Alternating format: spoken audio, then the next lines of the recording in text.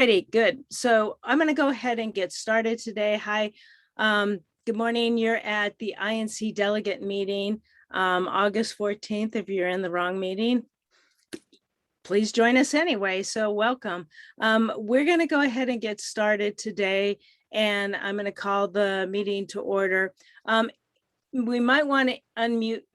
I don't know if we have May and June minutes on the website. I forgot to look last night, and Emmett said he was going to send them, or I asked him to post them. I don't know that we had time. Do we have the May minutes on the website? Let me look real quick. No, they have not been sent to me. Okay, so we'll hold off on those until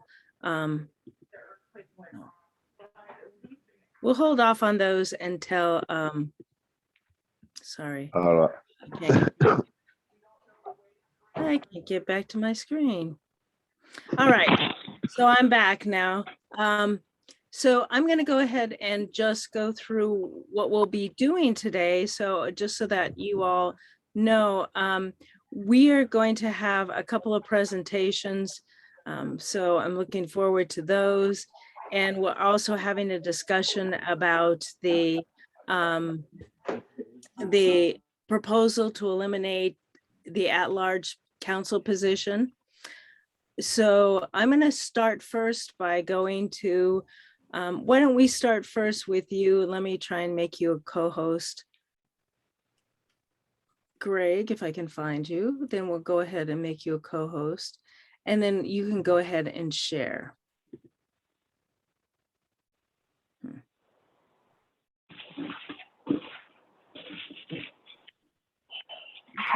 I'm add participants, but I'm not seeing how to make a co-host.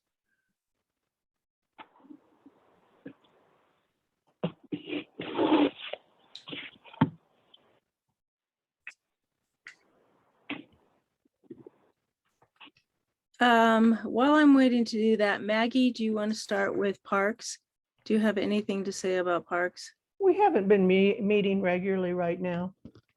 There's a lot of things going on, but nothing at this point to really hold a meeting about. Okay. All right. Thank you. I don't, when I go to chat and I'm looking at more, all I have is, it doesn't give me an option for make co-host. When you find the person, then you just hover over them. I'm looking for him right now. Yeah, I saw him and I was at him for a while, but it wasn't, you know, I went to the more and it wouldn't let me make him a co-host. Here, I found him. He's a co-host now. Okay. All right, thank you. All right, and just make sure everybody, when you come on, you mute. Thank you. And then if you can put your neighborhood association, just change your name and add your neighborhood association to it also.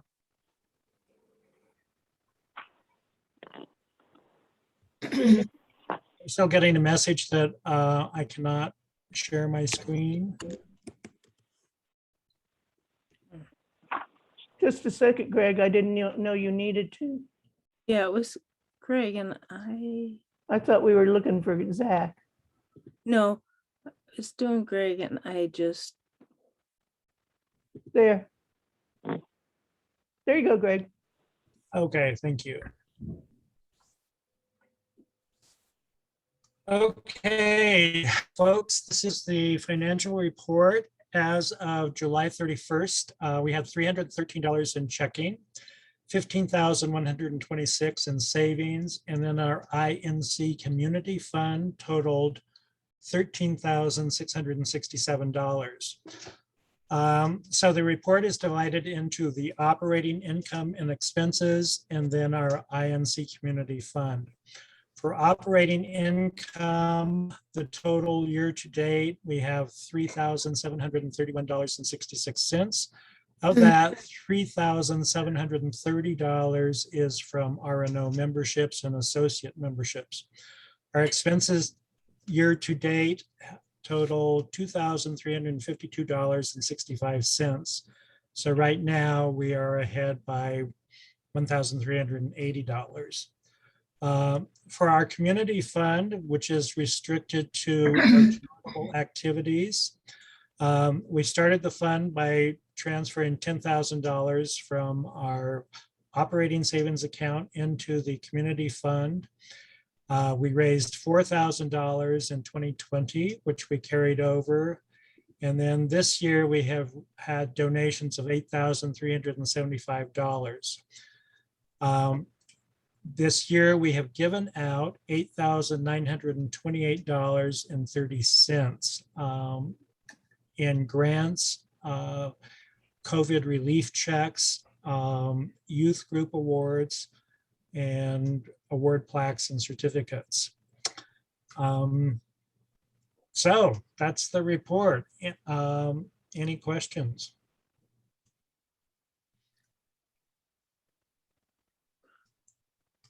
I don't think so. Doesn't sound like it. I don't know if there's any in the chat at the moment. Okay, thank you. All right, great. Thank you.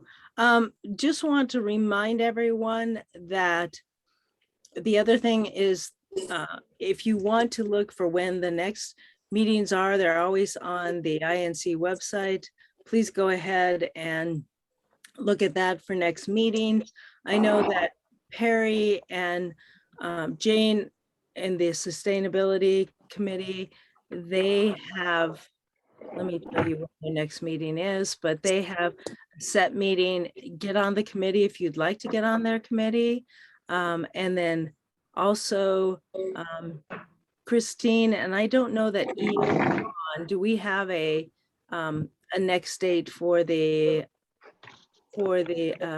ZAP committee and what the agenda may be? Christine, are you there? I know she was on. Are you muted, Christine?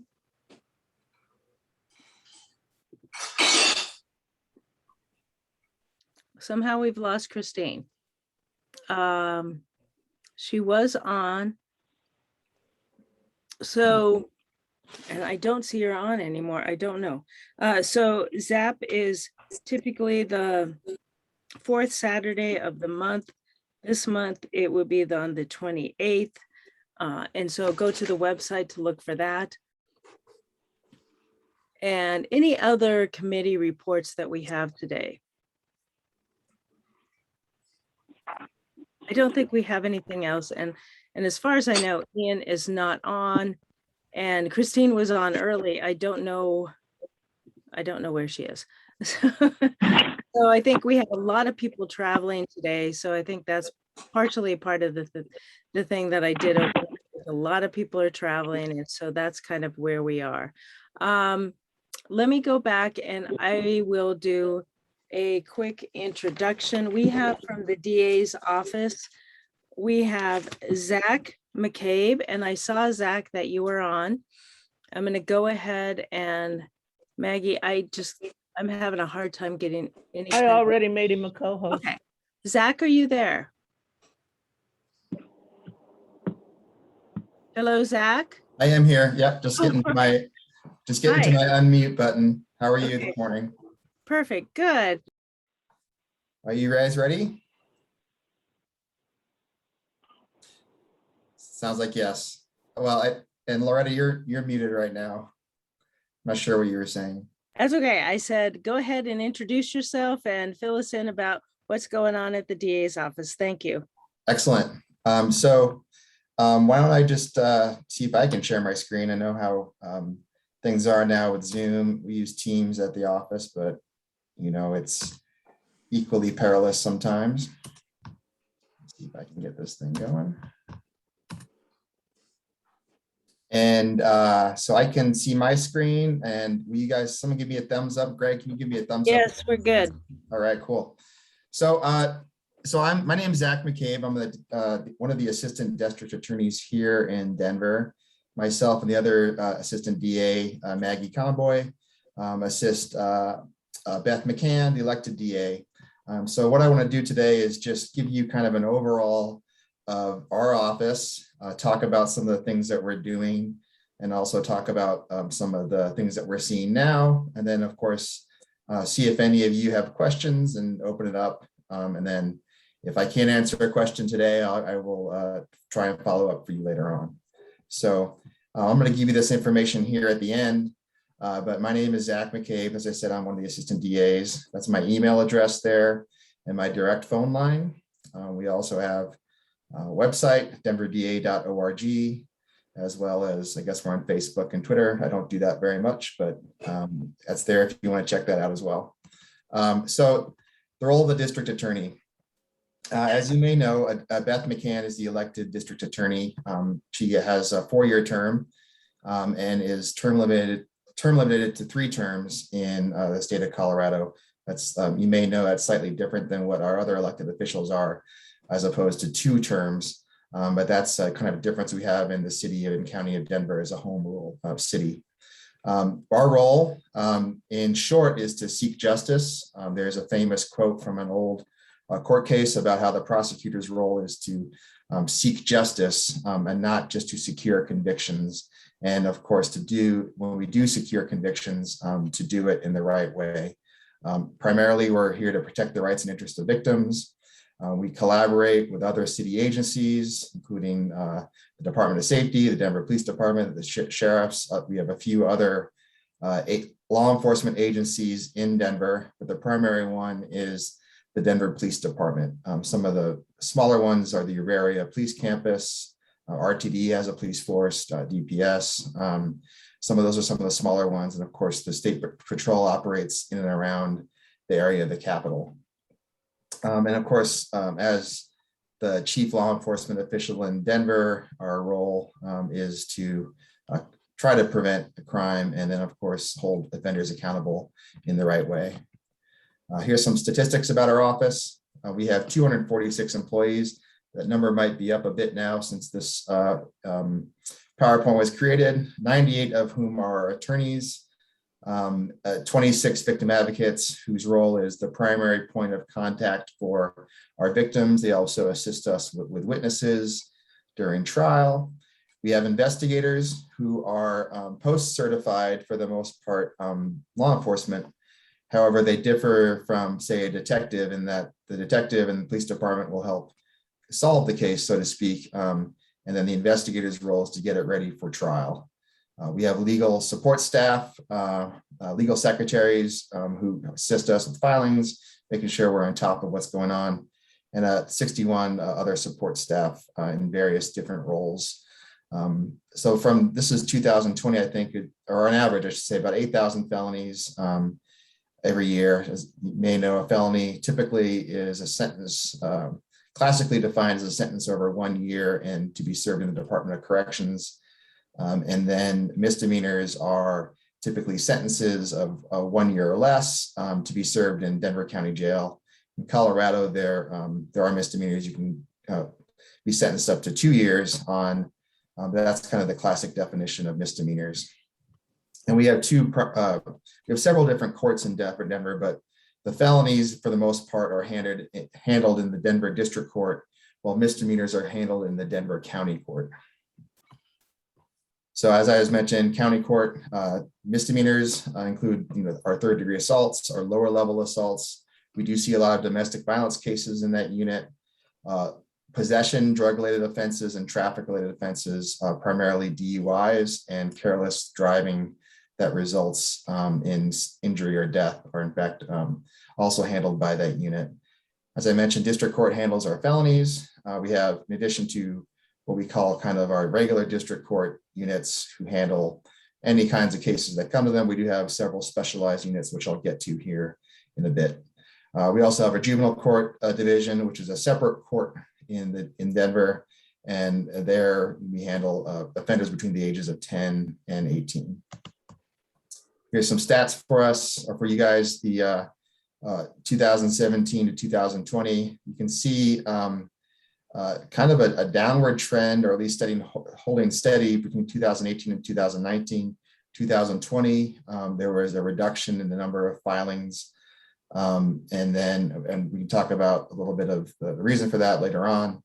But then also recently, I think anecdotally, I don't have the numbers right now. We may see those numbers trending back up in the more recent past. Just to kind of idea about 2020, the kinds of crimes that we file and numbers. I think I should probably put percentages with this chart as well, but 56 homicides, 167 1,067 domestic violence cases, robberies, 285. So these are kind of the relative numbers of cases that we file in each of these categories for our felony district court level. As I mentioned, in addition to our kind of classic district court and county court and juvenile court, we also have within the district court several specialized units or even prosecutors assigned to particular types of crimes. One of our biggest units is the family violence unit. They handle all felony domestic violence cases. Those are serious assaults, and then also homicides. They also handle our child abuse cases in the felony level and also felony child sex assault cases. It's a pretty demanding unit. It's a pretty large unit within our office, unfortunately, given the numbers of cases that we see in that area. We do have a DNA cold case unit, relatively small. However, they work pretty hard to solve those unsolved cases. It's a pretty neat unit. A lot of DNA evidence is used in that case. And it's been functioning for quite a while now. And in fact, we have been able to solve some cases over the years, which otherwise just would have not been remembered. Our crime strategies unit is what we used to call our gang unit. They handle the more serious offenders in Denver and try and focus on those violent crimes. They often work in conjunction with federal task forces and other similar units in other metro area DA's offices. Our appellate unit is there to help us make sure we preserve the integrity of our convictions. We recently expanded that. They also provide a great deal of advice to our line deputies on how to proceed and how to do our job the right way. Our victims compensation unit, that's a state fund set up for victims of crime. They can draw from that fund things like funeral expenses, therapy for victims of crime and their families is primarily what we see being compensated through that fund. As I mentioned, our juvenile unit handles the juvenile offenders. Unfortunately, we're seeing a lot of serious crime in that unit as of late. We have an elder or at-risk unit, which handles our at-risk and elder abuse type cases, 72 and above, but also at-risk being a developmental disability or some other type of disability. Our behavioral health unit is a unit that focuses on helping courts or treatment courts, try and get offenders the treatment they need. And we're going to talk about that in a little bit here in a second. We have a diversion unit, which is a way to, in the right situations, to prevent folks from getting that felony and kind of get them back on the right track. If they're accepted into that unit, we do not file the case and instead put them on a program to try and get the treatment they need, pay off restitution, that type of thing. And then if they do all those things, the case will be dismissed or not even dismissed, never filed. It's relatively successful still in its, for at least the adult division, it's a relatively small. We've had a robust juvenile diversion program for quite a while. Our intake unit, they file the cases, work with the detectives to make sure that we're filing cases that we can prove beyond a reasonable doubt. Economic crime unit is our white collar crime unit. They also handle the vast majority of our grand jury cases and complex type cases that are better handled in the grand jury. Human trafficking unit is relatively new. Beth created that unit when she came to Denver, or back to Denver, I should say. Years ago, she was a line deputy. And they, help prosecute those offenders who are trafficking, oftentimes underage prostitutes, with women who are at risk, trying to help them get the treatment they need and hold those offenders accountable. Those can be challenging cases and often multi-jurisdictional cases. As I mentioned, we have our district court. We have 9 district courtrooms handle the vast majority of our felony cases. And those are any type of felony that does not fit into one of these previous categories. They do handle homicides and stranger sex assaults and robberies and burglaries are kind of the types of cases they handle for the most part. As I mentioned earlier, our county court division handles those misdemeanors. So what are our priorities? And these have been our priorities for a while, or for a bit, I should say, since Beth came on. And I could talk a bit about what our recent challenges are later on. So juvenile justice, when Beth came on, she appointed a chief district attorney who would be assigned to that unit for a period of time, 5 years in this case, as opposed to in the past, juvenile units, particularly in Denver, had been kind of a pass-through unit on your way from misdemeanors to felonies. Now we have dedicated attorneys in that unit who've committed to the juvenile justice program, get to know the cases. Quite frankly, they get to know the juveniles quite well, and try to see them succeed. As I mentioned, we have seen a alarming rise in violent crime, so they're also trying to help address those.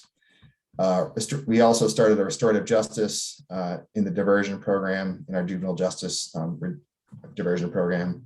In addition, we also have begun a restorative justice for adult court as well. I can't remember if that's mentioned in this slideshow or not. As I said, there's been an alarming increase in the number of guns in the hands of youth. 173% increase is what we have since 2016 is what we've seen. One of the things that we're trying to do to address this, is what we call our handgun intervention program. And as it mentions, is a multidisciplinary agency approach. And what it really is at its core is a sort of looking for evidence-based and also public health approach to addressing this violence in handguns and youth. And it's modeled on a program which has been successful in Louisville, Kentucky. We call it the Handgun Intervention Program. In this program, juveniles who are caught with handguns go through a pretty intensive program where they're given all kinds of education and treatment on kind of a variety of things, including the criminal justice system. We have some defense attorneys who actually recently presented to this group, basically telling them what their rights are and how the court system works, and so they can be better educated about the criminal justice system and be a more educated actor in society, and particularly when dealing with police or the courts. But there's also therapy. There's I think there's a harm reduction in terms of they're asked to kind of consider the ramifications of carrying a handgun, speak to people who have gone through that, unfortunately. And so it really is a new program that we're excited about, and we hope it has an impact in the long run on lowering violence in our communities, particularly committed with handguns. Pre-file adult diversion, as I mentioned, it's relatively new. Again, this is a situation where folks in the right types of cases can not have their cases filed. If they complete the program, that's great. If not, they'll be terminated, and we will go ahead and file the case as if it was, we'll start back at that start. As of the writing of this, only 2 clients have been unsuccessfully terminated. I think that's ticked up to 3, but I think that's a pretty successful rate so far for a diversion program. Sorry about that.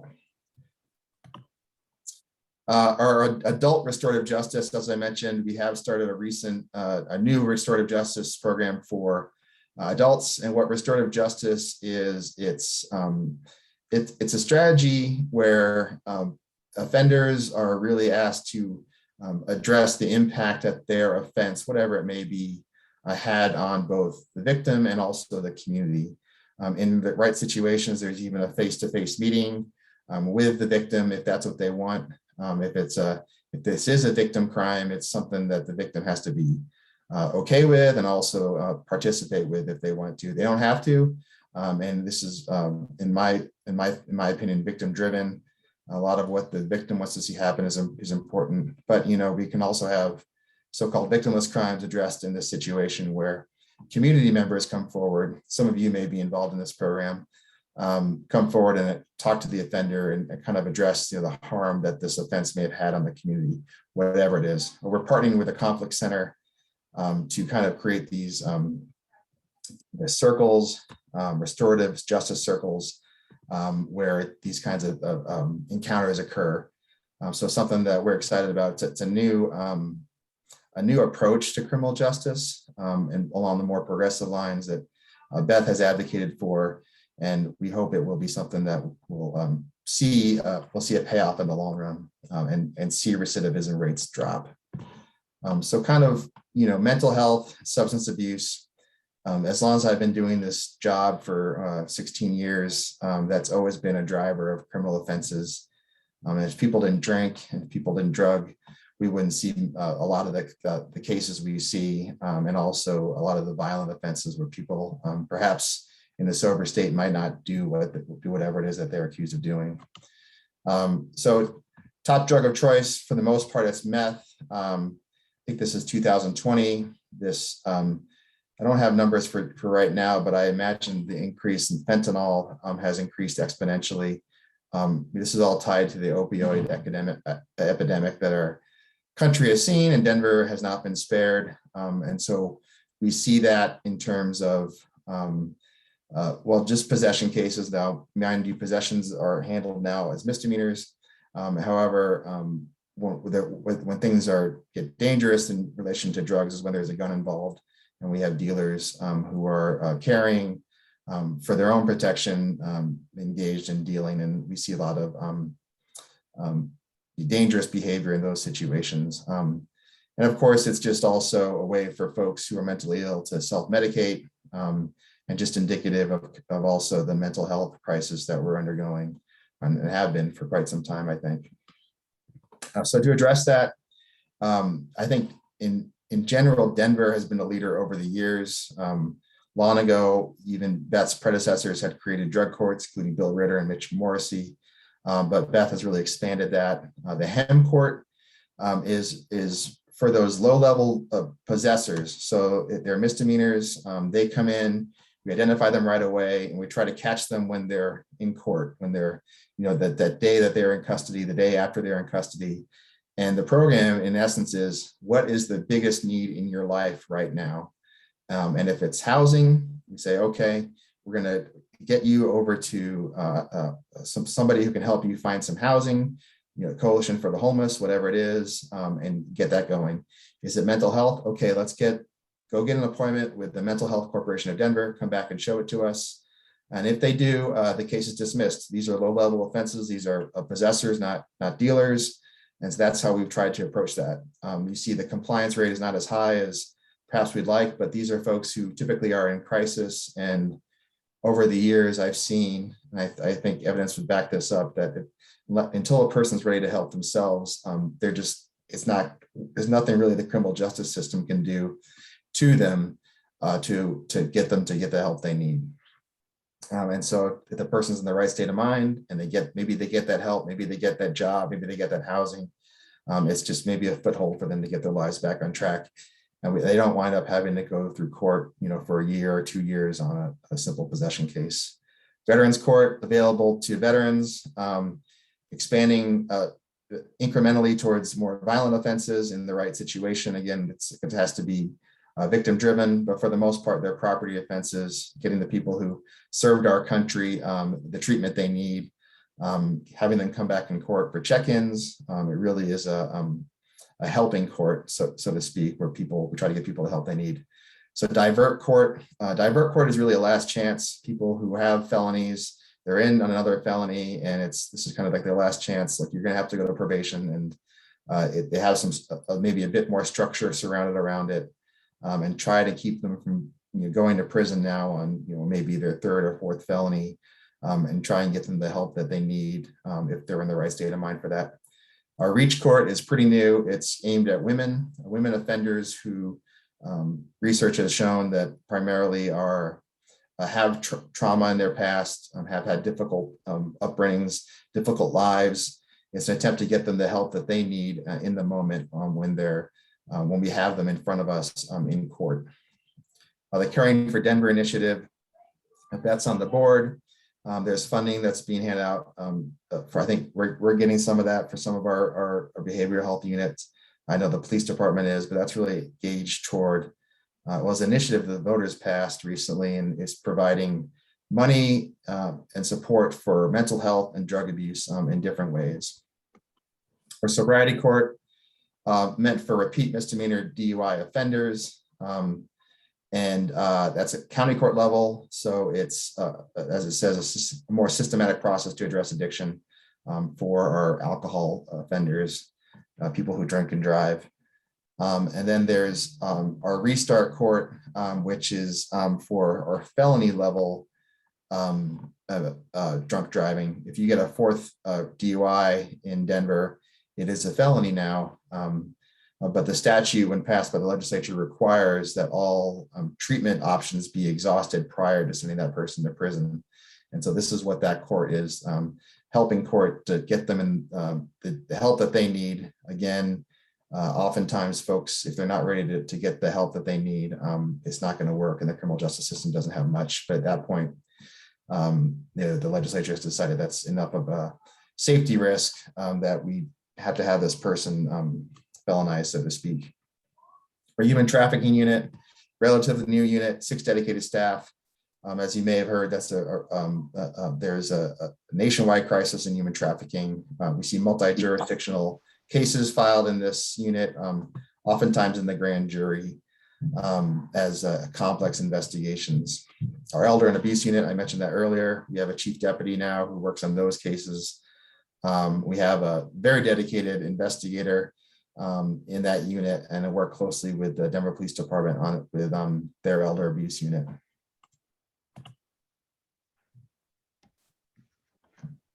We do have a, well, not a unit, standalone unit. It is 7 attorneys who specialize in hate and bias motivated crimes. It's in conjunction with the Denver Police Department unit. These are attorneys, mostly senior level attorneys, who have decided to, in addition to their regular duties, to work with the police department and also with the U.S. Attorney's Office, who they have, I think, some more expanded hate and bias motivated crimes. They work with those 2 organizations to address bias and hate motivated crimes. Our firearms relinquishment program has been pretty successful. It's pretty innovative. I think it may still be the only one in the state, if not, and probably the nation, because Colorado now has, it's been this way for a while, but people who are accused of domestic violence crimes are prohibited from having firearms. But for a while, there has not been a mechanism by which those firearms could be secured. We have a victim advocate, an investigator, and a district attorney who have worked with the courts, have worked with defense attorneys to get offenders, DV offenders, to turn in those weapons to avoid what may be a deadly situation. And it actually has been quite successful. The firearms offenders agreeing to bring their firearms, either stored in the police department or stored with other different responsible adults. Immigration policy, we don't have too much of interaction with immigration policy by itself or immigration cases, but one way we do are U-Visa applications.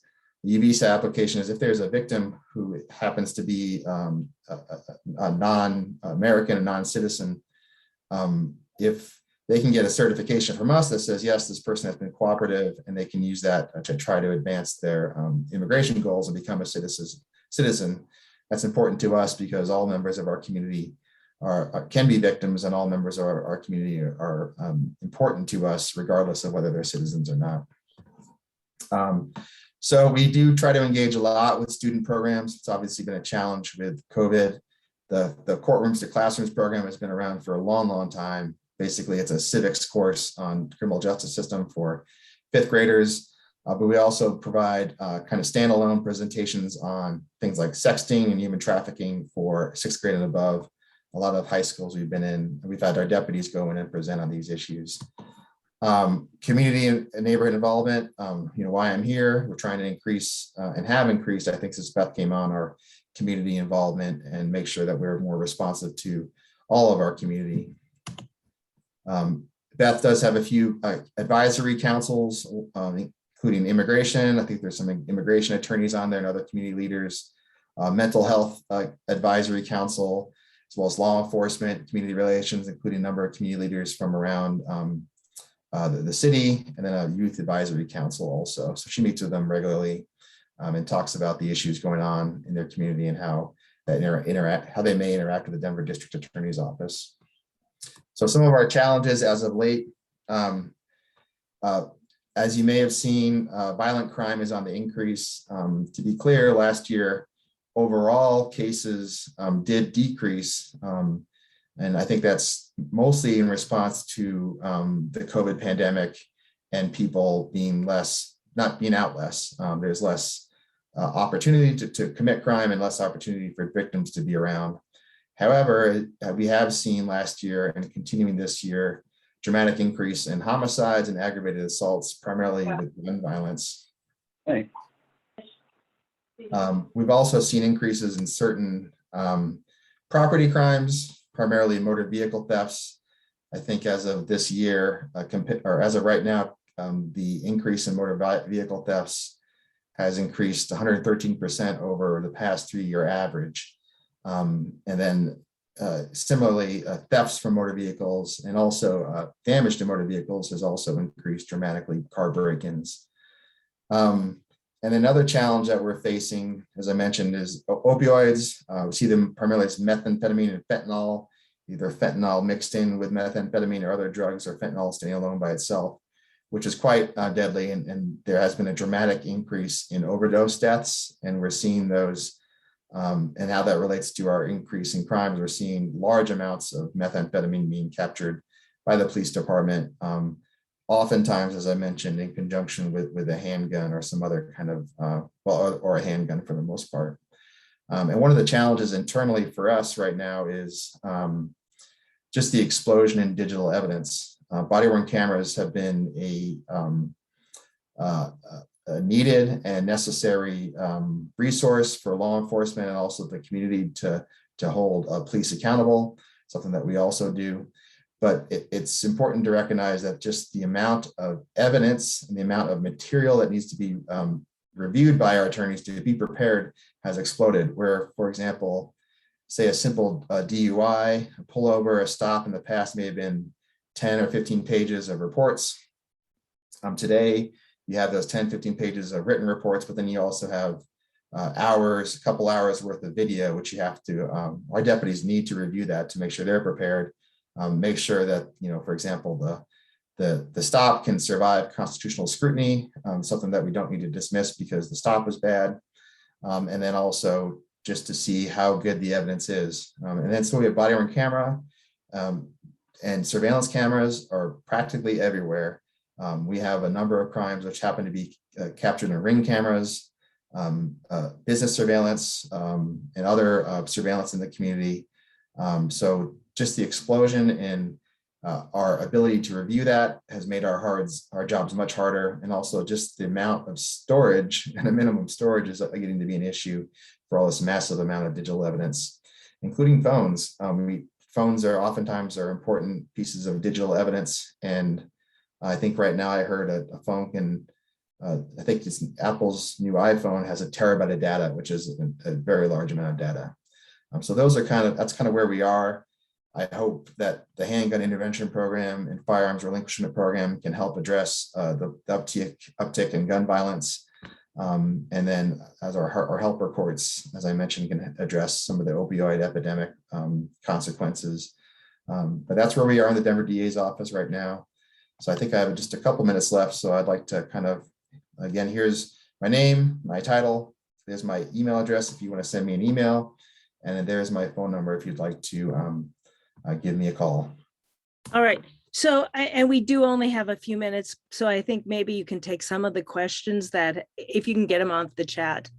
I know you said you're used to Teams, but if you're good with chat and you can answer some of the questions there. I know you said restorative justice. I remember when it was, who was the DA at the time? I think it was Bill Ritter. When he was DA, I was doing restorative justice on gang units back with juveniles back in the day. So I know that they have them, but there was one question regarding, I think there was a question about when did the restorative justice programs begin? I see them. Yeah, I didn't see them as I was presenting, but let me go through them first. Let me Yeah, if see. we can be really quick, because Yeah. we're kind of running a little So, behind. So- homelessness and camping, those are primarily handled by the city attorney. Those are municipal offenses. We don't handle those, except for in some of these homeless camps. We have seen some violent offenses, including murders, which are actually quite difficult to address. Too many criminals being released from jail too quickly. It's the DA's office and Department of Sheriff. So, that has been a topic as to we address the increase in crime, whether it's deals with criminals being released from jail too quickly. I can tell you that there seems to be a legitimacy crisis here in our criminal justice system statewide. Colorado and Denver have undergone bond reform.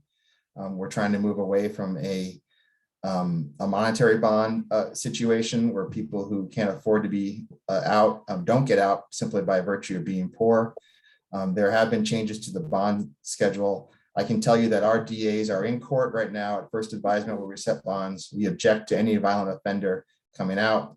There's an evidence-based report that is done by the court system to kind of inform the court system judgment. Specifically to the issue of bonds, we make recommendations. It's the judges who set the bond based on the information they have at their disposal. So restorative justice for youth program start. I'm going to have to get back to, is it Judy on that? I'm not sure exactly when it started. I think it's the recent past, but that's Loretta was saying she remembers hearing about it with Bill Ritter. So if you can, I can get back to the exact date if that's important to you. The conflict center. I'm not too involved in the conflict center. I know we partner with them to work on this restorative justice circles. We've received funding. I think it's through Caring for Denver for that. And they help support us. We don't have city support for that particular initiative. It's something that perhaps might be useful in the past. I can provide more information on the conflict center if you want to send me an email. Is it SUNY? Yeah, yeah, I will. And I've reached out to them as well and maybe get both of you guys to come and present, about what, Conflict Center specifically does and where it intersects with you guys. Thank you. That'd be great. There's one of our senior deputies is much more involved in that program than I am, and she'd be a much more useful resource. I'll reach out. Thank you. So data monitoring outcomes. I'm sorry, I should read the question. It's public health instead of criminal view. And how do we monitor the outcomes? Data is so important right now. And we're working on a new file management system, and actually conjunction with all the district attorney's offices in the state, working on capturing more meaningful data and producing it to folks. So I will say, we'll look at recidivism rates and try to get better about capturing data. Stats on Asian crime. I don't have the stats at my disposal, but Miles, if you want to send me an email to remind me to ask our bias crimes to look at Asian. I know that has been a topic in the meetings I've attended. I don't have statistics for you. Responsibilities intersect with monitoring police behavior. So how does the DA's office responsibilities intersect with monitoring police behavior? One of our important roles is to hold police accountable in the filing of potential criminal cases against police officers. We review the Internal Affairs Bureau, myself, in fact, and 3 other senior deputies work or go over to the Internal Affairs Bureau and review potential criminal charges. We're often involved at early level of criminal investigations with police offenders. And also, we've also begun to help, in response to the murder of George Floyd, and we want to make sure that we're holding police accountable in the right way. We in our office have started to interact more directly with the police. And when we have for example, we see something in one of our cases that maybe perhaps wasn't reported by the victim or reported by the person who was arrested, we now have a mechanism by which we can report that to the police. May not be a criminal accountability, but they do have a robust conduct review board, which hands out punishments administratively. When would online harassment and bullying be a crime? Miles, I'll have to give you the lawyer answer to that one. It depends. I need to know all the facts. And looks like someone's reached out to me. Yep, I would love to come to more meetings. Yep. I'm gonna cut you off now because we're over and I want to just make sure we get the other presenters on. So can you answer those questions online? It'd be great. And if you can put your email on the chat again. So, I just mean in the chat, if you can answer questions in the Yeah. chat, if there's any more questions. And put your email in again, because that would be vital for people to reach out to you again. And if you can get back, and maybe we'll have you come back again sometime. So that would be helpful. Thank you very much. No problem. It's a pleasure to be here. Sorry, I ran over a little bit. I'll put my email address in the chat. And please, if you guys could just reach out to me with those specific questions, I'd be happy to respond. Great, thank you, because I know there's more questions. Sorry to cut you Yeah. off, but But he did a great job answering the ones that were there. That was really great. Thank you. thank you very much. All right, we're going to go on to our next topic, and Zach, just feel free to stay. Anyway, so our next topic is for the proposal for the elimination of the at-large council positions. Today we have with us is Councilwoman Candi CdeBaca. I think it was, and you can explain more, I think it was with Mike Flynn, but I'm not sure.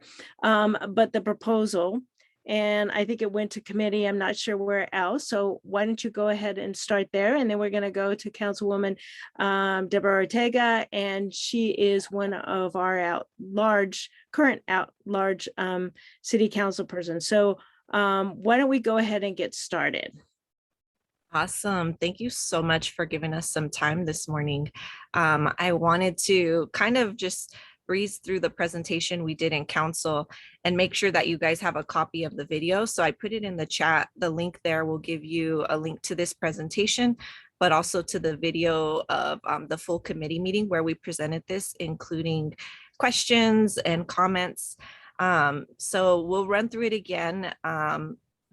What we're trying to do here is really increase descriptive representation of underrepresented racial and ethnic groups on city council.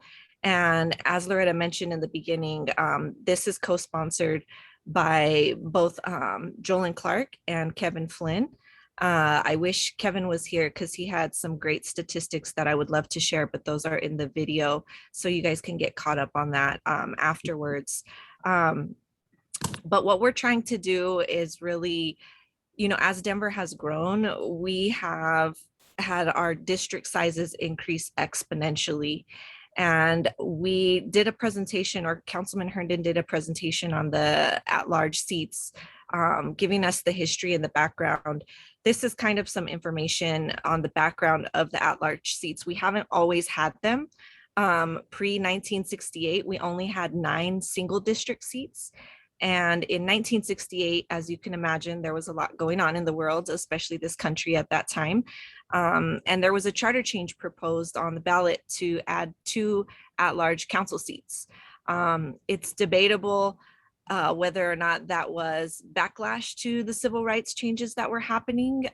And we were doing some research. Hopefully we can get that to you guys after it's pulled together by the Western Library research team, but we wanted to see the context of what was happening in the city at that time when that initiative was proposed. But we do suspect that the entire point of the at-large seats was to dilute minority voice.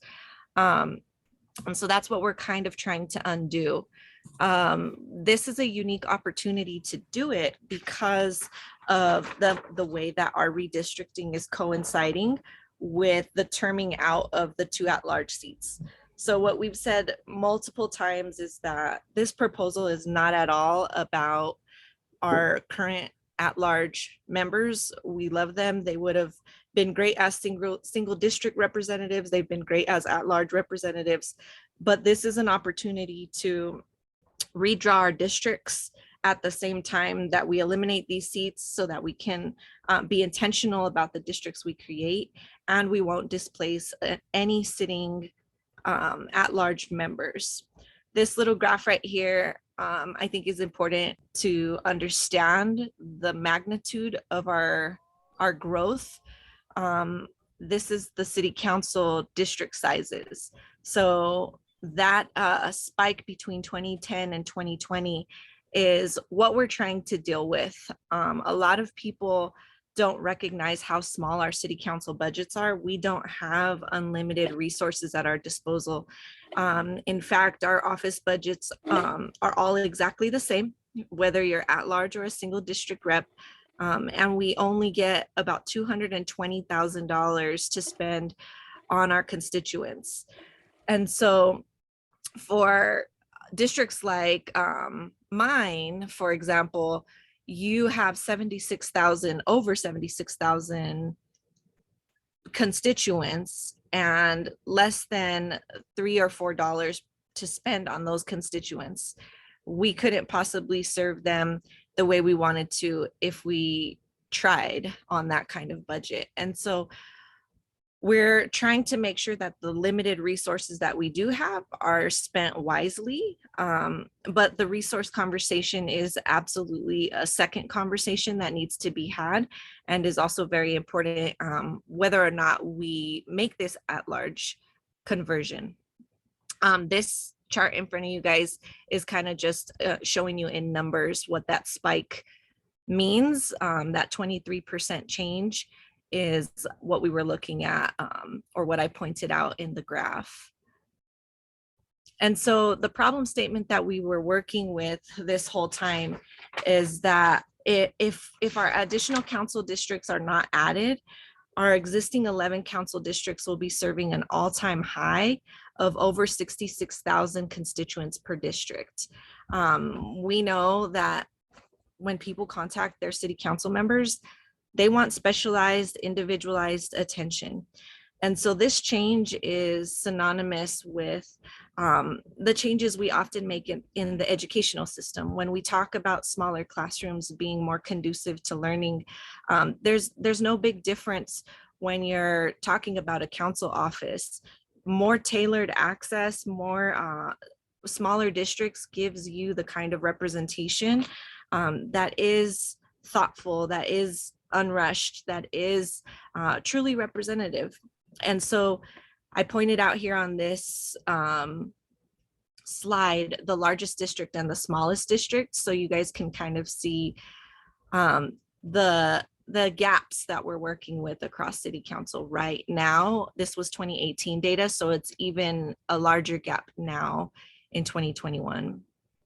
I'm going to only touch on these briefly because I think you guys get the point, but the RNO and constituent accessibility in my district, the largest district, we have over 30 RNOs.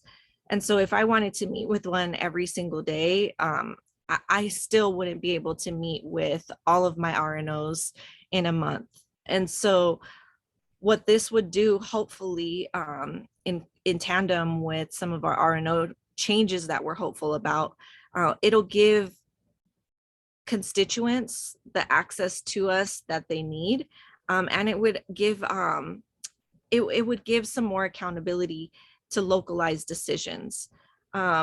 We know that the at-large seats are often the council representatives for businesses or special interests. When a single district council member says, hey, you don't actually live here and we've got to prioritize our residents, you know, the special interests, they go to the at-large council members. And sometimes what that does is it dilutes the voices of the residents of an actual district, and sets it up so if the council members at large agree or are equally moved by special interests, you've got right off the bat 2 against 1 when it comes to the actual residents who are being represented by a single district council member.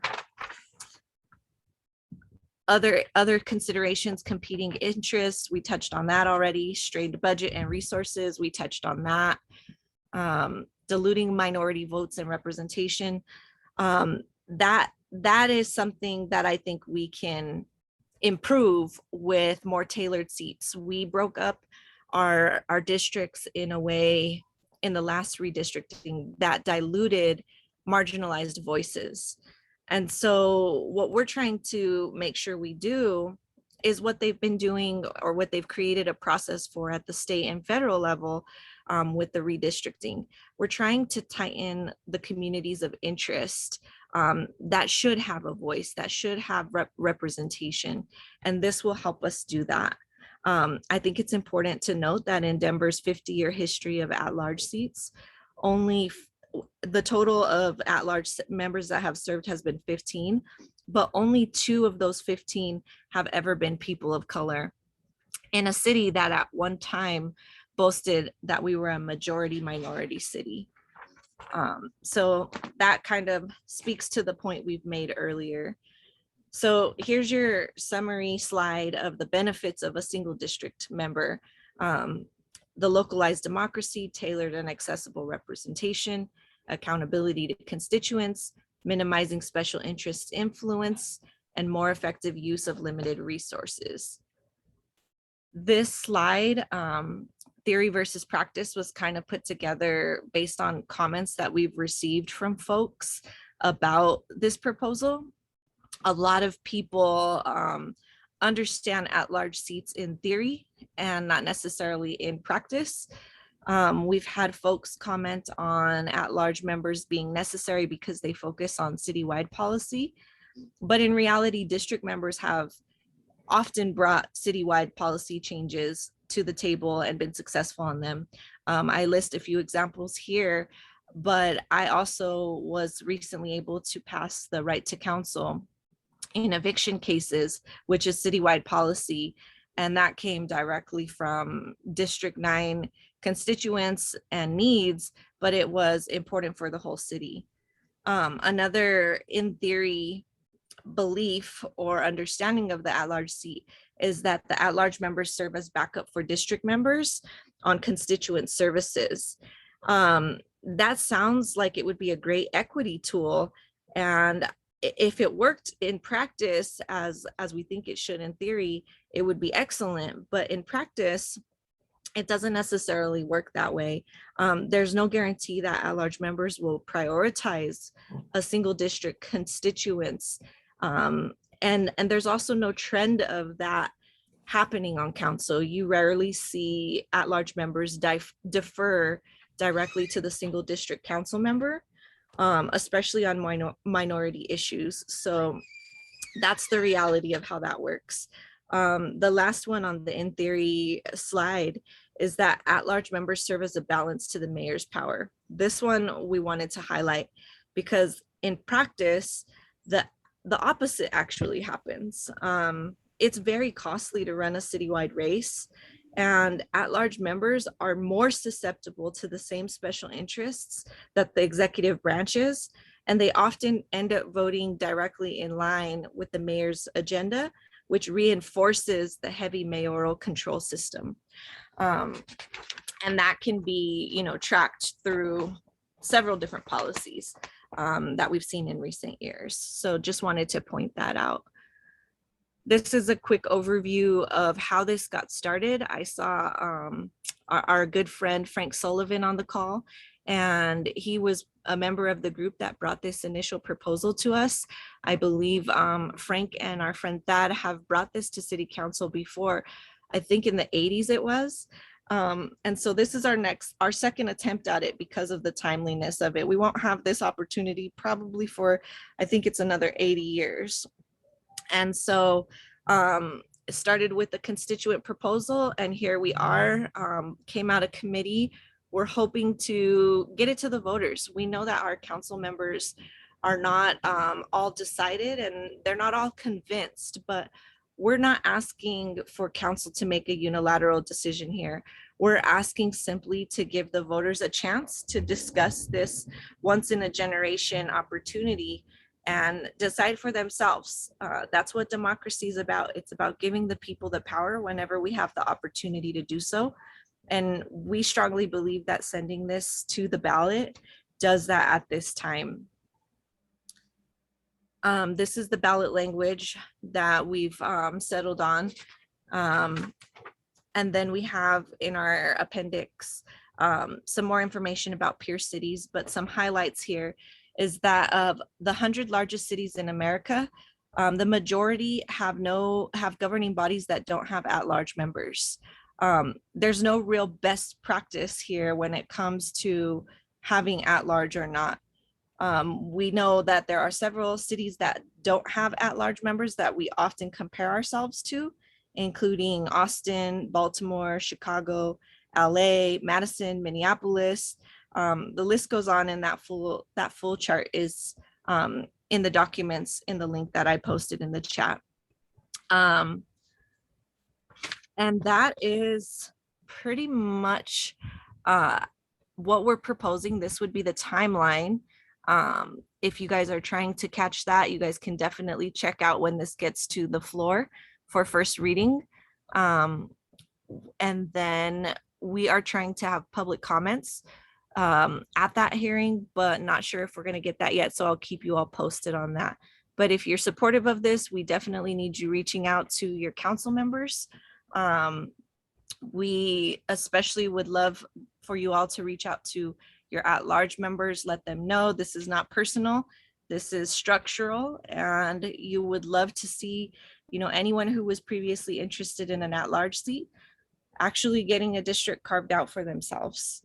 So that's it for my presentation, and I know there are some questions. I would love if Frank could help answer if there are any that I need to kick to him, but happy Okay, to answer any. we're gonna hold the questions until the end of both presentations. How's that? Is that okay? Awesome. And then that way works. we can get through the presentations and get the questions, because I know there's a lot of questions coming. So Councilwoman Ortega, you're one of our at-large council, and you've had the honor of representing my district too, as just a single, I don't know what you call that then, just a single district, a single person, whatever you call it. Anyway, so thank you. So why don't I go ahead and hand that over to you, and then we will go from there.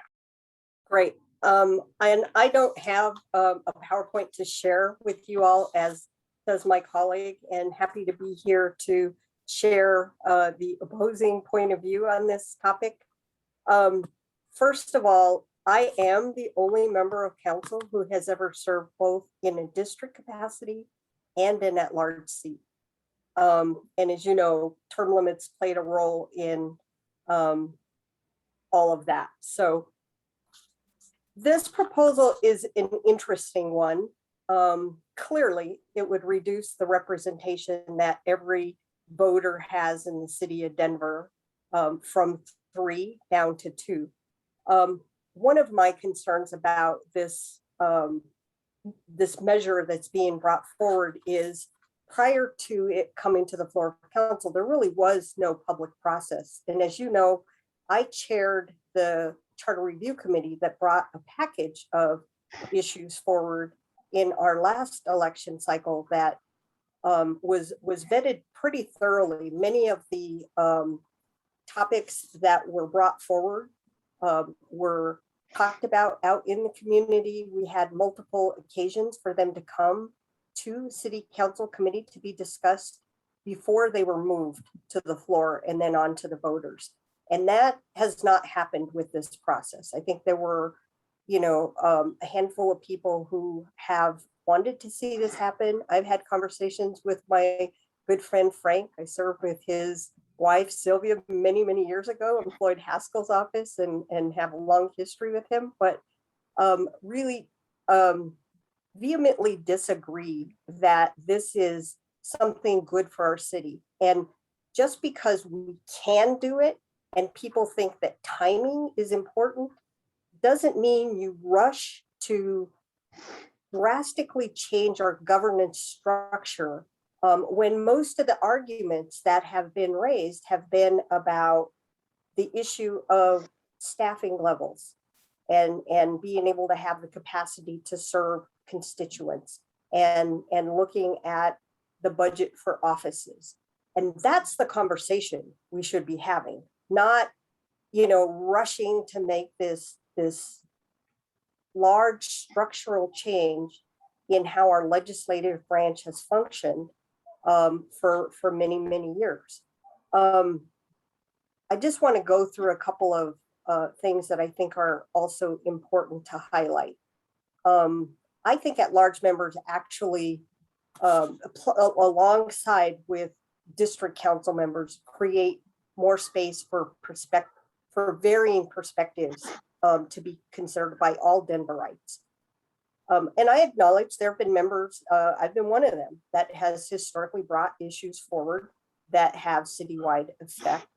In my opinion, that's not what this is about. I think, we have seen with this body serving some good legislation that's been brought forward.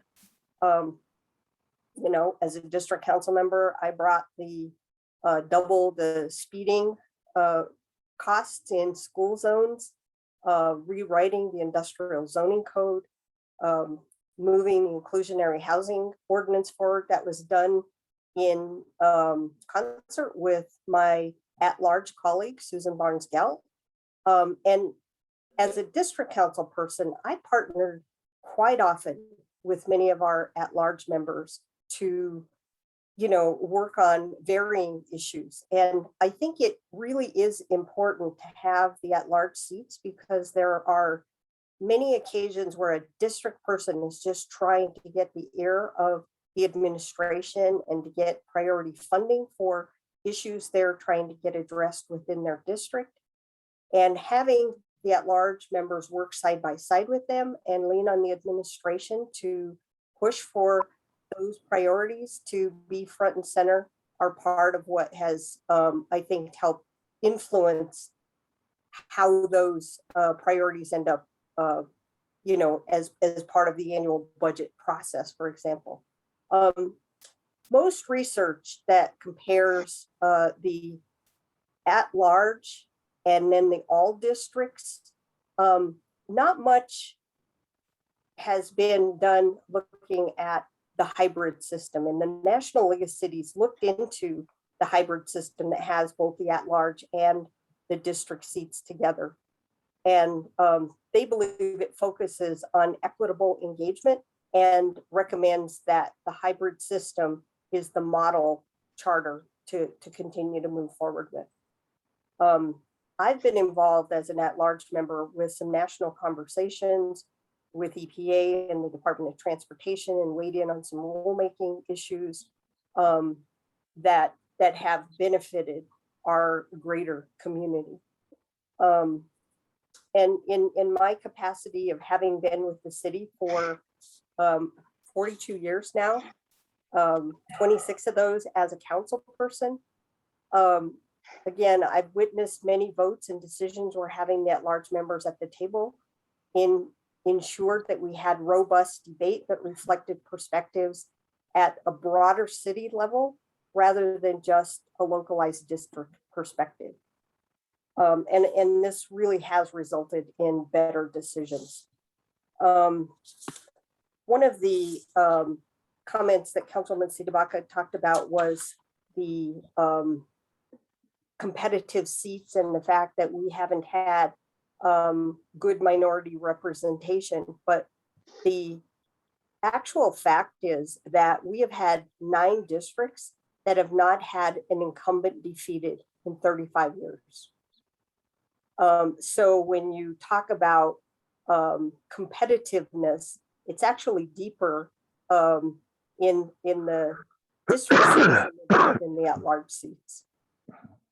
I want to focus a little bit about some of the growth that we've seen. So in the 80s, we had 44,790 people after that census. At that time, council members had a half-time council aide. In the 90s, the census dropped a little bit down to 42,410 per district, and council members actually got a full-time plus a half-time aide added. After the 2020 census, each district had 50,421 people, and at that point, it got bumped up to 2 aides. In 2010, the census was 54,560 per district. And that was about the same size as back in the 60s. But at that point, council members were full-time and each had continued to have 2 aides. After the 2020 census, council districts are projected to have a population of 66,868. And I want to remind you all that these numbers include everybody in the district. It's children, it's voters, it's non-voters. And Councilman Cashman actually brought forward an important point that no one of us have the entirety of the people in our district reaching out to us simultaneously, right? And it's a minuscule number of people who actually live within the district that reach out on a consistent basis. And in a lot of cases, it's some of the same people over and over that reach out to us. So the fact that each district will have approximately 10 to 12,000 people more, in my opinion, is not enough of a justification to turn the whole system upside down. And the last thing I want to say about the representation of each district is that when you look at the cost and the fact that the budgets have gone up to represent staffing to try to help accommodate, you know, the ebb and flow in the population, we actually, as Councilman CdeBaca said, every one of us have the same budget, even the at-large members. So when we try to do a citywide mailing, it costs a lot more. So we try to do much more through social media to try to reach out to our constituents to be able to share information and make sure that they're aware of many of the things going on within the city. The exception to that equal budget is for the members of council that have district offices. And the central budget pays an additional $70,065 for those council offices that are out in the community. The exception to that is those that are in city-owned buildings. So that average is out to about $11,677 if, you know, each one was paying rent within their district. So that's not really equalized across the board for every office. So again, I believe that I haven't heard that there is justifiable reasons to move this forward and encourage city council to take it to the ballot and let the voters decide, because we just don't have the solid arguments of why we should turn our system upside down. And the conversation we should be having among ourselves is the issue about staffing levels and budget increases to handle the workload that many council members feel like they're challenged to address. Not every district is the same in this city. You know, I've been saying not all districts are created equal because it depends on the geography that you happen to have. And again, that changes every 10 years after the census is done. And if you have a district that is in neighborhoods that still don't have basic infrastructure, that have crime issues, that have lots of activity like downtown where there are varying events that close off streets and have parades and those kinds of things, those issues are different than some of our newer neighborhoods across the city that have all the basic infrastructure and the bike lanes and, you know, all the things that we've been adding as a city. So not all districts are created equal in terms of reducing the size, because the geography you get is going to make a difference in terms of what your workload is going to be. And none of these changes would address that in itself at all. So the last thing I want to say is that the process that was done last time around for the redistricting after the 2010 census, that was actually led by a minority council member. And we had a situation where we had 2 minority council members who could not agree on some of the changes that were going to impact primarily District 9, Councilwoman CdeBaca's district. And because there was so much of that, sort of infighting going on, there was a different council member who was the president of council at the time, who actually started floating a completely different map and was able to line up the 7 votes. And that's how that district got chewed up. And basically, part of it used to be in the west side. The geography was quite different than what it looks today. So part of this is a political process in terms of trying to make sure that, yes, we keep communities of interest together. We try to follow the precinct boundaries. And we don't have that yet. We're still waiting for the state to finish their process, our city clerk to do the re-precincting. And so the timing issue alone on this is not enough of an argument that I believe warrants taking our governance structure and turning it upside down. So for all of those reasons, I have not been supportive of this effort to try to make this drastic change. I believe that, yes, we're reaching out to INC today, but, this is sort of after the fact. Normally, that's part of the process we do in trying to get some community input before we bring issues to our committee process and try to bring them to the floor of council. So I'll stop at that. The very last thing I want to say is it's not broke. So I don't think we need to fix it. And I just want to encourage you all to talk to your members of council to oppose moving this to the November ballot, because it's not something that I think is warranted. So Loretta, thank you for giving me time to be able to be part of this and to share my thoughts. I appreciate the work that Councilwoman CdeBaca has done on this, but I just don't think it's warranted. Thank you.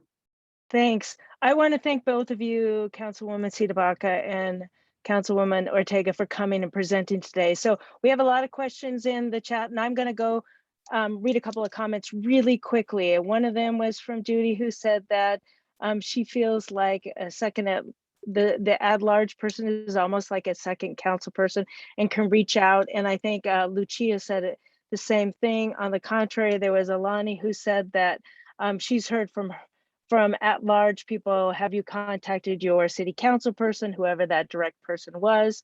I'm going to go first to somebody who has their hand up for a very long time. Travis, do you want to, and anybody who has a question, can you make sure you say it's for both city council people, or if you think it's for just one person? So Travis, go ahead. Thank you so much for the presentation this morning. I just want to make mention of the fact that Capitol Hill United Neighborhoods recently polled our membership, and we will be sharing those results on our website, chundenver.org, in which our membership resoundingly opposed this proposal, partly because of the time frame. I think one of the beauties of constitutional census and also charter designated redistricting and evaluation of our population is that we've had about 10 years to prepare for this. And now we're sort of rushing this within 10 weeks. I think it's important for us to consider the fact that making modifications to one's front porch requires more due diligence and public comments than what's been granted to the citizenry up until this point. And there's many ways in which we could have evaluated this proposal and modified the structure for city council to enhance governance, but we haven't had an adequate time to do that. And that could have included more districts, that could include more at-large members and the like, and we haven't had a chance to really have that conversation. And so I think it's really important. And then one other point too, sorry for the baby in the background.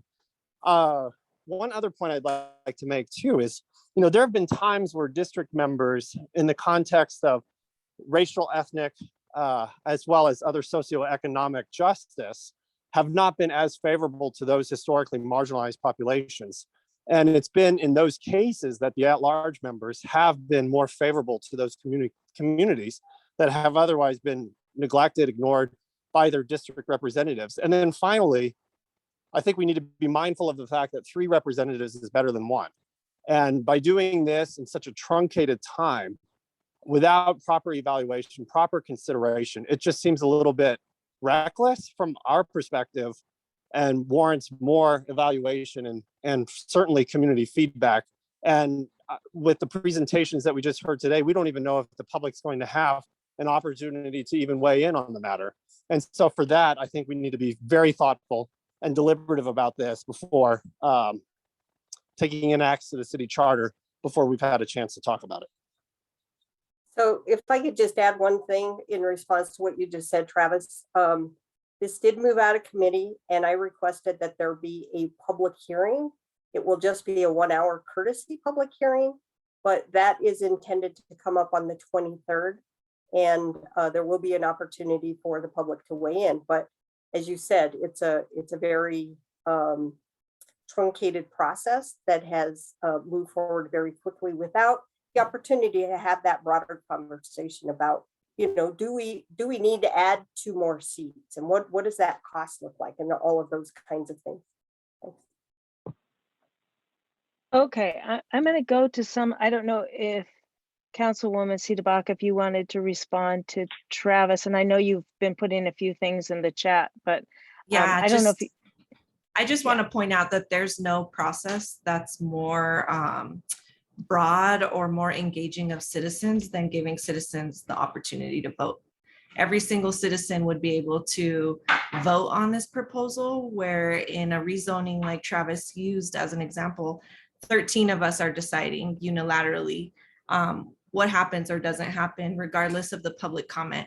So public input versus real public decision-making ability is what we're debating here. And I would always rather give the public decision-making ability via a vote rather than, dragging out a year-long process of public input to probably not even get what the public is asking for, and then them still not have a vote. So I think this is the best way to engage citizens, and the conversation doesn't stop once we get it on the ballot. We've got a runway until November to continue having a robust debate about the issue.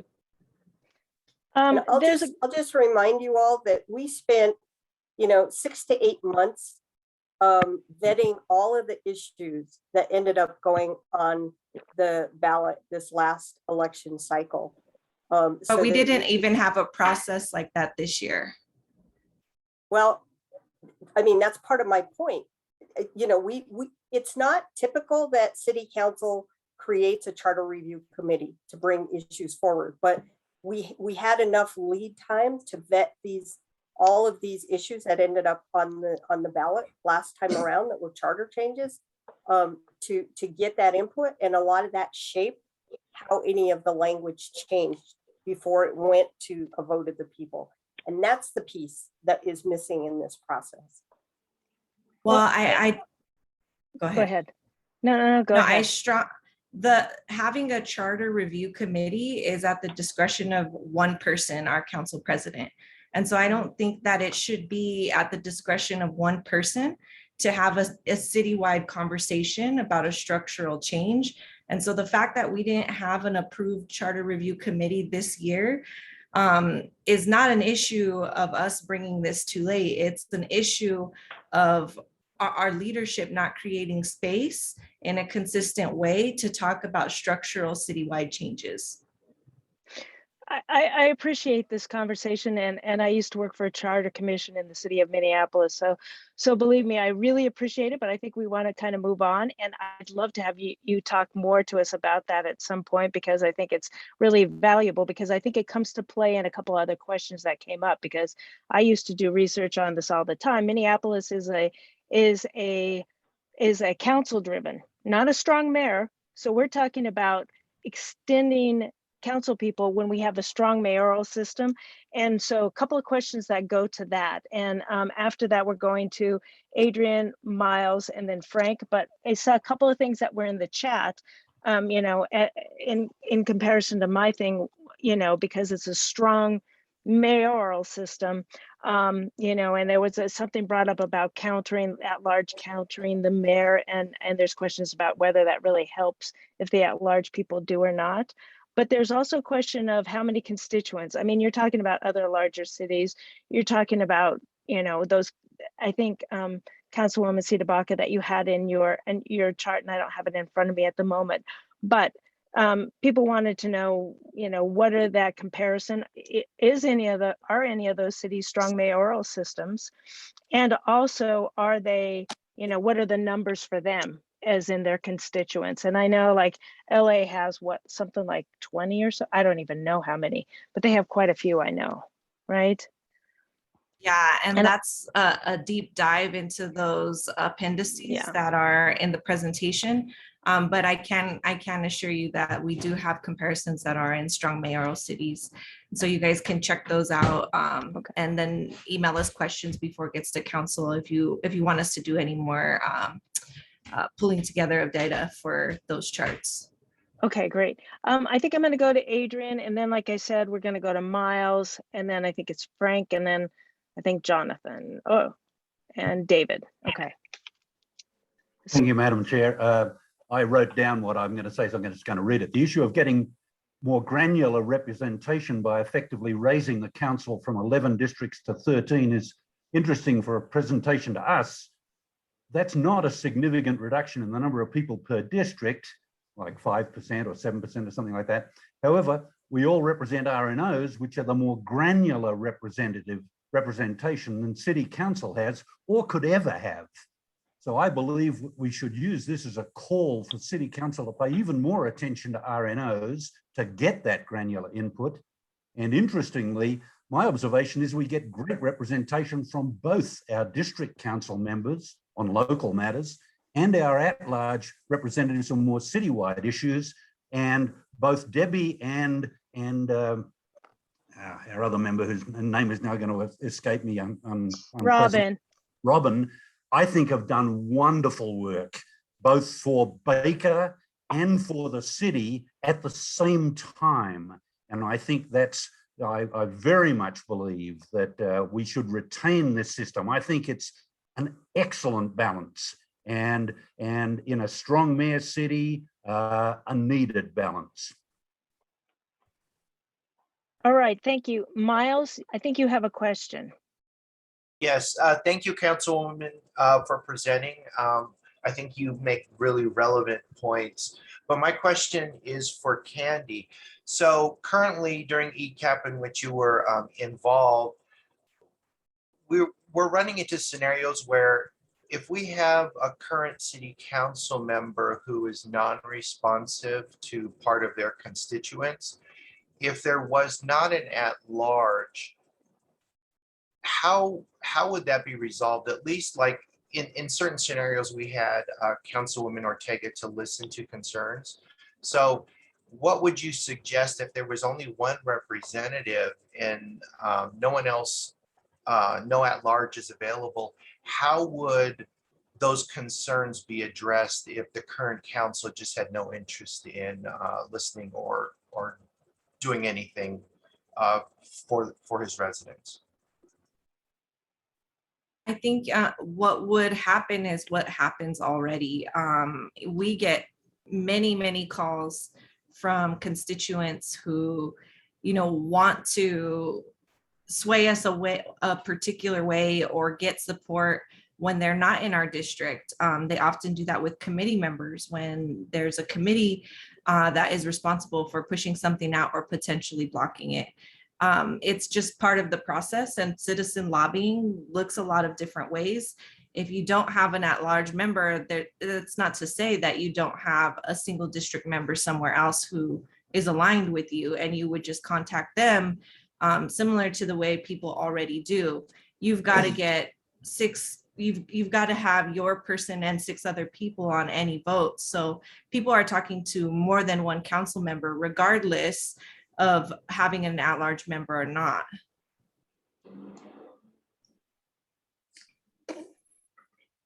All right, great. I hope that was answered. And then we're going to Frank.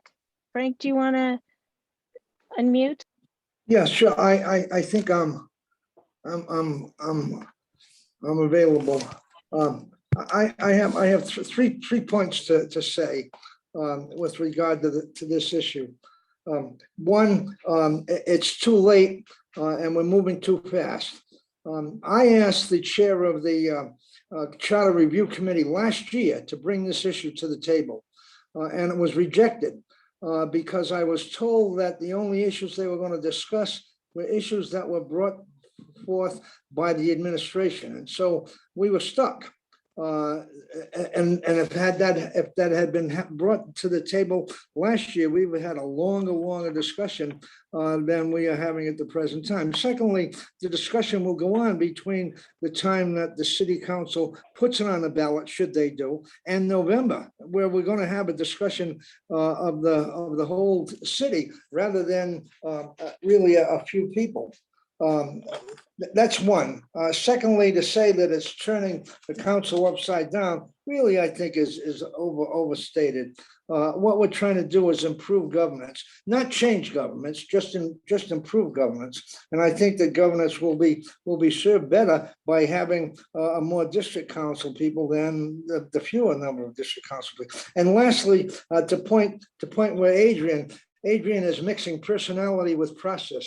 And one of the big reasons why we thought this was a good idea to be brought at this time was because both city council members at large would be term limited. And so the discussion would be, we had hoped, not about personality, but by governance procedure. And as Adrian has been able to show quite amply, we've not been able to get around that because personality seems to be coming back to the forefront, where we don't want it to become part of the forefront because personality has nothing to do with governance.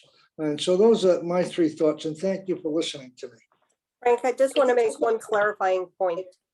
The last time around when we brought these issues forward, they were brought forward by members of council and by our external partners, which were police, fire, sheriff, and it included our independent agencies as well.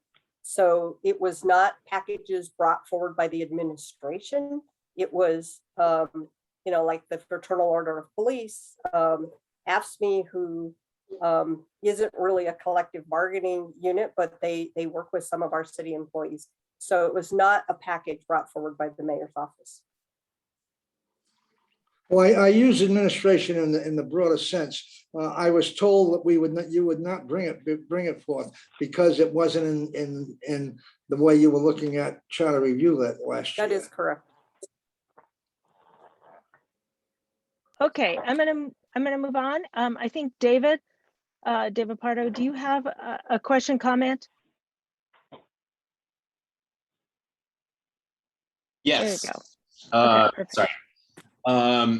So yeah, I guess for me, I'm kind of an oddball in the RNO world in that I'm a renter.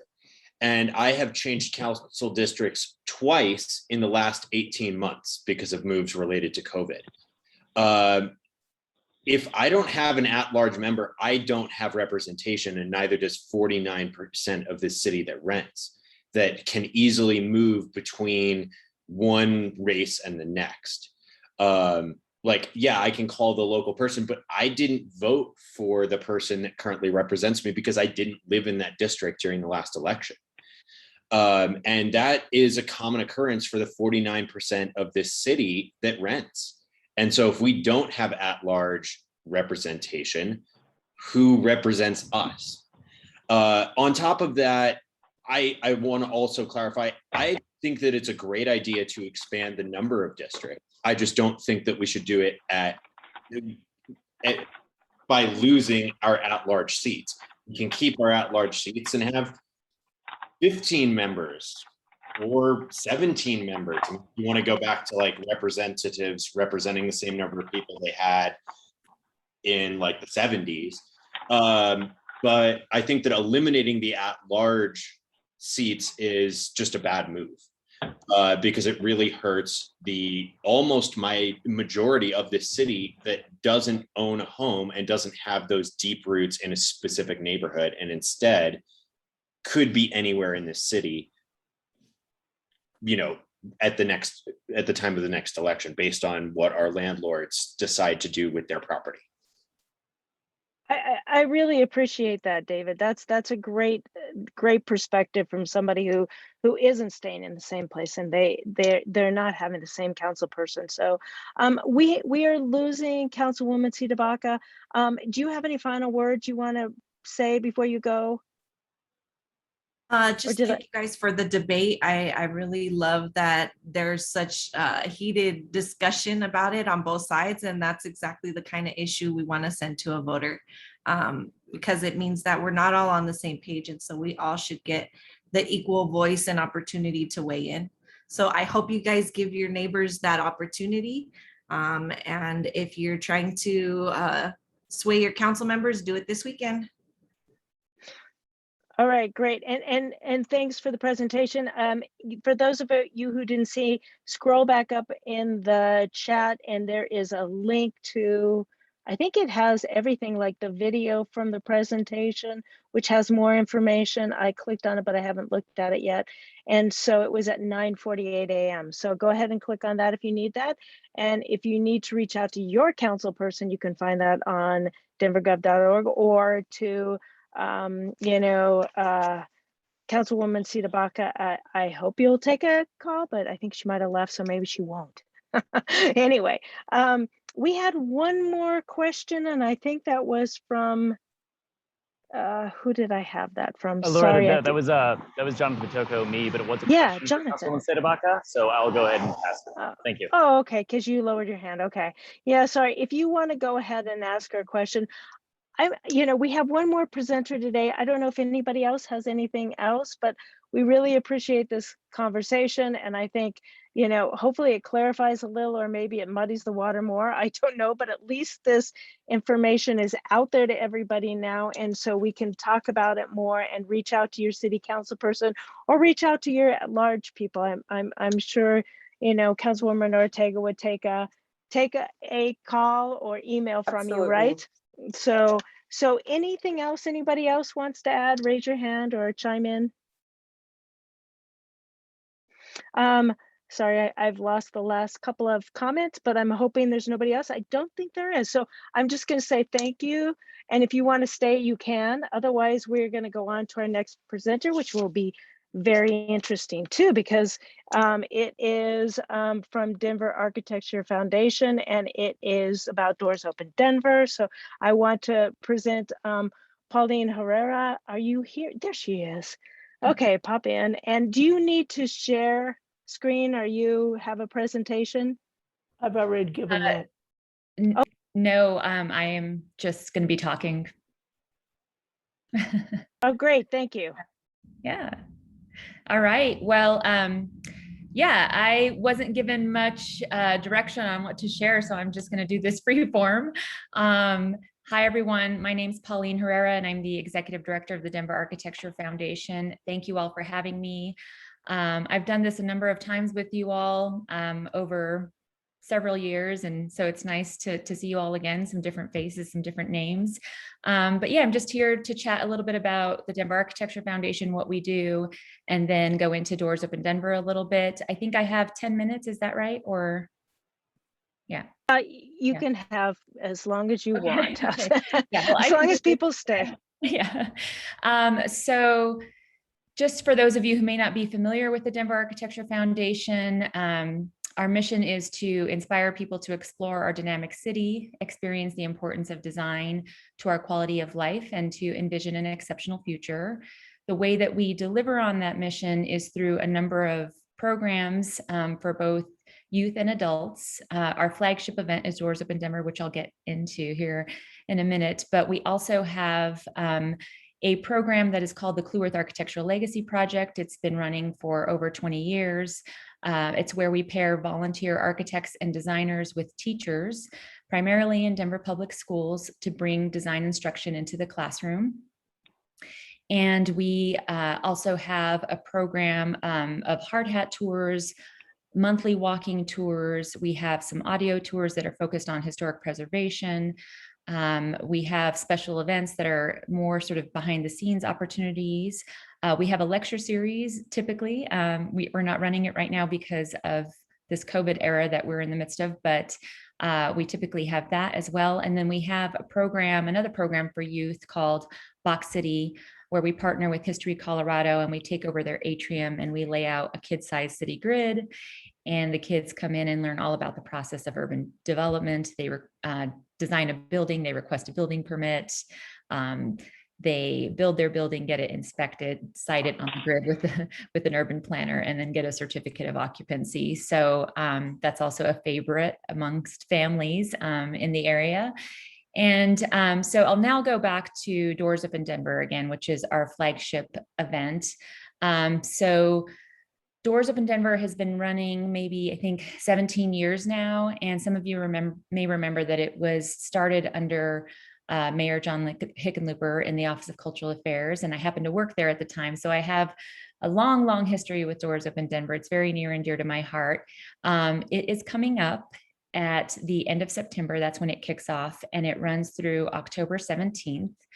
In a normal year, what we would do is open about 60 to 100 buildings across the city, where we let people just tour them for free, independently, self-guided. And that's kind of the main component of Doors Up in Denver. But then we also always have what we call insider tours, and there are usually about 60 of those that are unique, but over the course of the weekend, we would offer 120 because they typically repeat over the weekend. But those are expert guided tours, usually architects, historians, urban planners, urban designers, leading these tours of neighborhoods, of sites. And so that would be a normal Doors Up in Denver.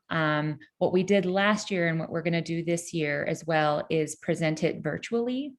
And as you can imagine, so we're doing 12 virtual tours, and that may not seem like a lot in comparison to what I just shared with you, but it is a lot to basically produce 12 documentaries on 12 different important sites in Denver.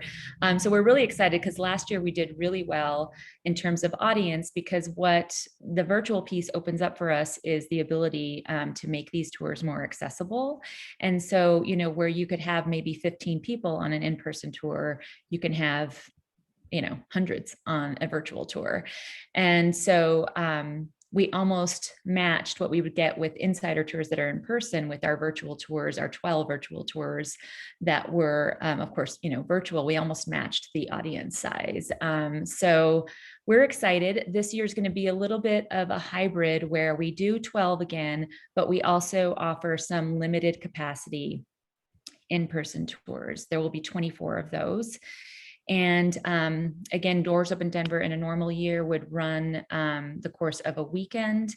This last year and this year, we're running it over 3 weeks. So you could actually participate in every single tour if you wanted to virtually. So the way that the schedule works is every Monday through Thursday evening, there will be a tour from 5:30 to 6:45. And within those 3 weeks, and then every one of those weekends will have, sorry, I'm trying to think of the number. Yeah, we'll have 8 in a weekend, limited capacity in-person tours. And we don't announce the schedule until August 30th. So I can't really tell you guys what sites are going to be on the roster this year. But we're excited. We will also continue our photo contest, which has run as many years as Doors Up in Denver has been running. So that's an annual photo contest. And we always are looking for, you know, great photographs from around our city. So yeah, I mean, any questions?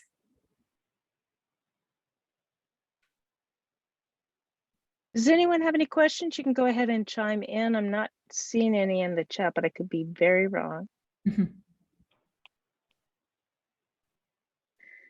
I'm not seeing any questions. I'm looking forward to that. I love the in-person Doors Open Denver where you could go and really see things. And it's been, if people have not participated in it, it's fantastic. I've gotten some beautiful pictures and beautiful experiences over the years doing Doors Open Denver. I look forward to the day when we can actually go back in person, but I think virtual is a great, option for us all. So any questions?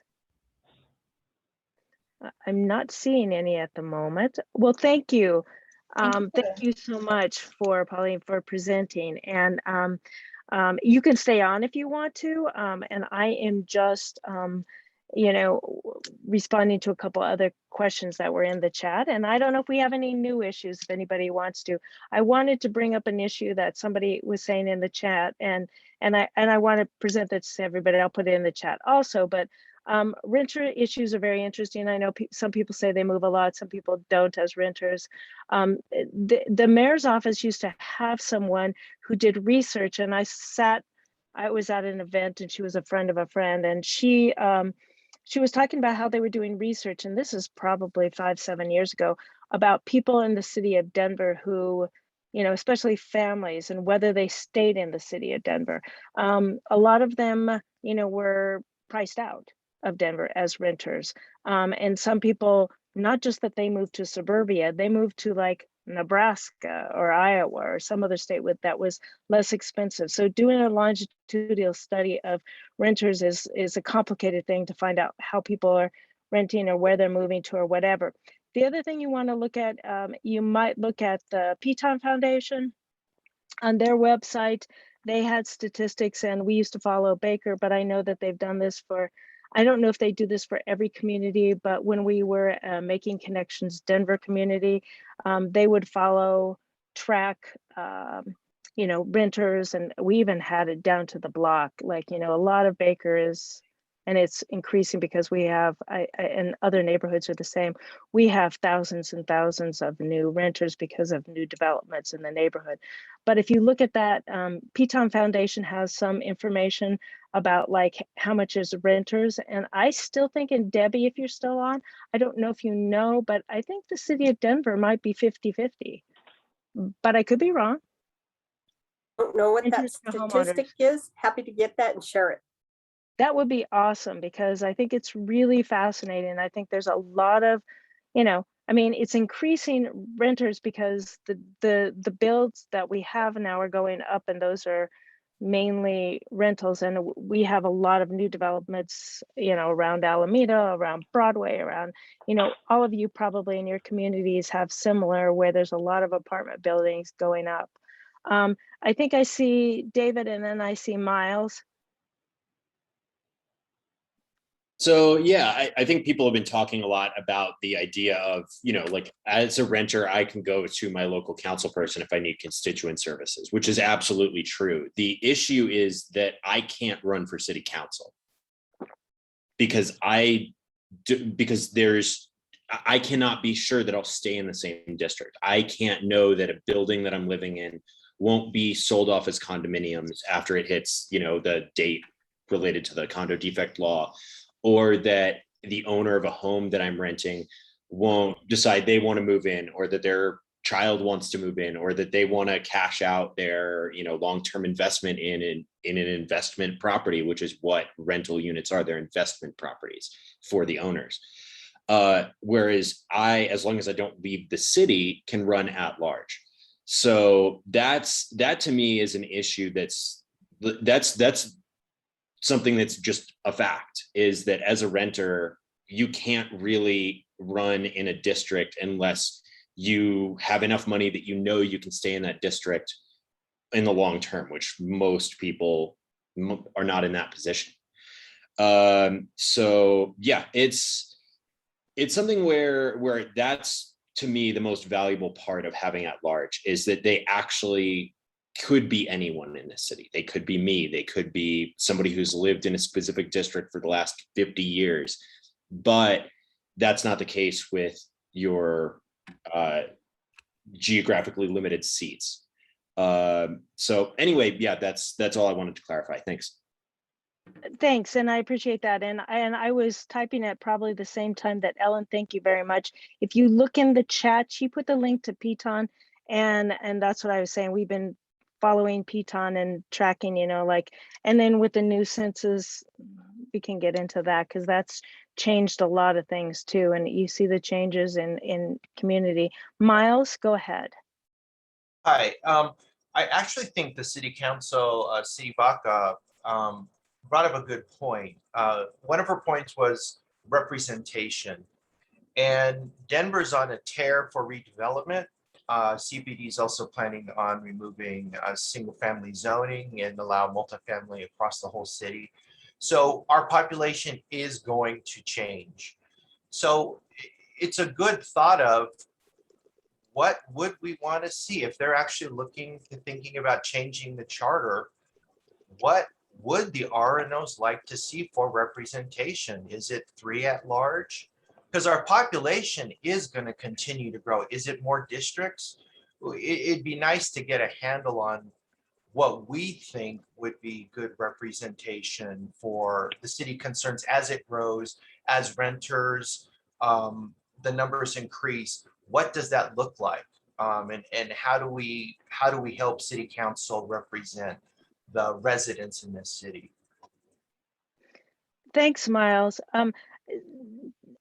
Councilwoman Ortega has to jump off, but I want to thank you again. I don't know if you have anything else to add. She might be gone. I'm still here. Sorry. Oh, I was just trying to finish one last thing. So first of all, thanks again for the opportunity to share different perspectives on the topic that we talked about. But I appreciate the work that INC does. I don't know if you know this, but Sal Carpio, who was the councilman I worked for before I ran for the seat and replaced him when he decided not to run, he was the person that brought forward the legislation that created the opportunity for neighborhood organizations to be given the power that they have. Because prior to that, there were lots of things that would happen in neighborhoods without any notification to our RNOs. And, fast forward to today, I mean, you see many more neighborhood associations in our neighborhoods, and the role that INC plays in bringing everybody together and being able to talk about these important issues is just absolutely critical.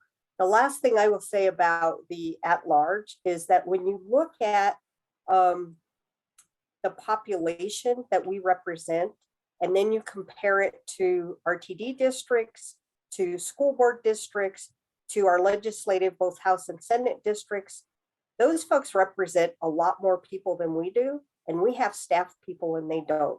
So I just want to throw that out as just another point for you all to think about as you get to sort of weigh in on this particular topic.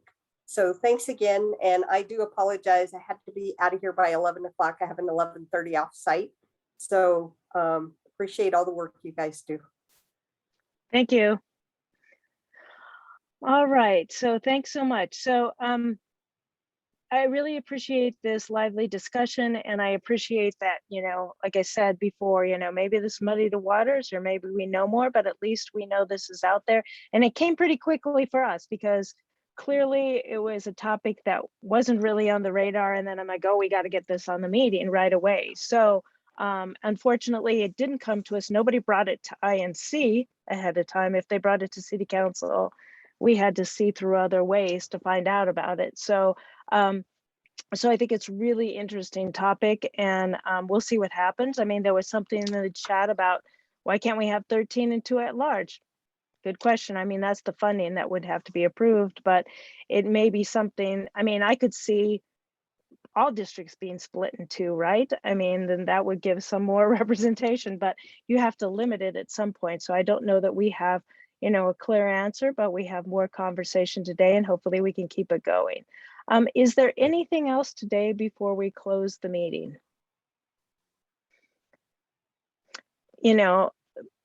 feel free to, if you have any topics or know anything that's coming up anytime soon, I really appreciate that link to the Piton Foundation.